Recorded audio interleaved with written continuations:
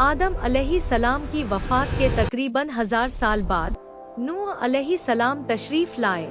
कुछ नेक और बुजुर्ग लोगों को याद रखने के लिए लोगों ने उनके बुत बना लिए। शुरुआत में बुतों की पूजा नहीं हुई, लेकिन धीरे धीरे लोग इन्हें पूजने लगे। कुफ्र और शिर्क आम हो गया और एक अल्लाह की इबादत बंद हो गई। अल्लाह ने दुनिया में नूह अलैहिस्सलाम को भेजा। उस वक्त इंसानों की उम्र बहुत ज्यादा थी और नूह अलैहिस्सलाम की उम्र करीब 950 साल थी। नूह अलैहिस्सलाम ने लोगों को अल्लाह की तरफ दावत दी। सूरह नूह में अल्लाह फरमाते हैं, यकीनन हमने नूह को उनकी कौम की तरफ भेजा कि तुम अपनी कौम को डराओ और खबरदार करो। नूह अलैहिस्सलाम ने कहा, ऐ मेरी कौम, मैं तुम्हें साफ साफ डराने वाला हूँ। अल्लाह की इबादत करो और उससे डरो, और मेरा कहना मानो तो वह तुम्हारे गुनाह बख्श देगा। नूह अलैहिस्सलाम तबलीग के सिलसिले में बहुत मेहनत करते रहे। दिन रात लोगों के घरों और समाज में जाकर उन्हें दावत देते रहे। नूह अलैहिस्सलाम लोगों को प्राइवेट और पब्लिक दोनों जगह समझाते रहे। इतने में 950 साल गुजर गए, लेकिन केवल कुछ लोग ही ईमान लाए।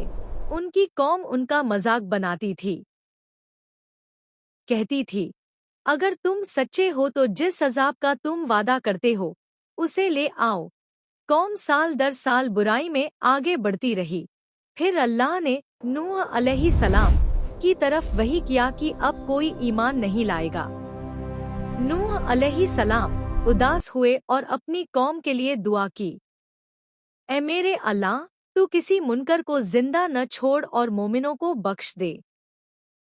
फिर अल्लाह ने नूह अलैहिस्सलाम को एक बड़ी कश्ती बनाने की वही दी। नूह अलैहिस्सलाम को समझ नहीं आया कि इतनी बड़ी कश्ती कैसे बनाए। अल्लाह ने जिब्राइल अलैहिस्सलाम को उनकी मदद के लिए भेजा। नूह अलैहिस्सलाम एक पहाड़ पर रहते थे। उनके आसपास न तो पानी था और न ही पेड़। उन्होंने कई पेड़ उगाए, काटे और पहाड़ पर बैठकर कश्ती तैयार की। लोग उन्हें कश्ती बनाते देख मजाक बनाते थे। धीरे मेहनत के बाद एक बहुत बड़ी कश्ती तैयार हुई। कश्ती 100 साल में तैयार हुई। लंबाई 300 गज, ऊंचाई 30 गज, चौड़ाई 50 गज। कश्ती ऊपर और नीचे से बंद थी ताकि बारिश से नुकसान न हो। कश्ती में 3 फ्लोर और हर फ्लोर में एक दरवाजा था। मोमिन और जानवरों का जोड़ा जोड़ा कश्ती में सवार हुआ। अल्लाह ने आसमान और जमीन से पानी खोल दिया और सैलाब आ गया। सैलाब ने दुनिया के इंसान और जानवर सबको गर्क कर दिया। सिर्फ नूह अलैहिस्सलाम की कश्ती बची। नूह अलैहिस्सलाम का बेटा कश्ती पर नहीं आया। नूह अलैहिस्सलाम ने कहा, मेरे बेटे, कश्ती में आओ और काफिरों का साथी न बनो। बेटा बोला, मैं पहाड़ की चोटी पर रहूंगा। नूह अलैहिस्सलाम ने कहा, आज अल्लाह के हुक्म से कुछ बचने वाला नहीं। एक तूफानी लहर ने बेटे को गर्क कर दिया। अल्लाह ने फरमाया, वो तेरे अहल से नहीं था, क्योंकि वह काफिर था। अल्लाह ने फरमाया, वो तेरे अहल से नहीं था, क्योंकि वह काफिर था। कभी भी उस चीज की दुआ न मांगो जिसकी तुम्हें जानकारी नहीं।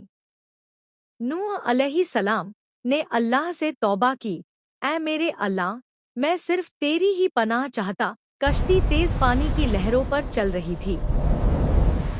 6 महीने बाद तूफान रुक गया और जमीन सूखी हो गई।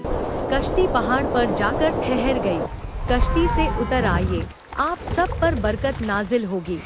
सिर्फ नूह अलैहिस्सलाम और उनकी औलादें जमीन पर बची। सारे जानवरों की नस्लें भी यहीं से फिर से पैदा हुईं। नूह अलैहिस्सलाम के 3 बेटे साम, हाम और याफ। If this event touched your heart, then do like and definitely subscribe for stories related to religion.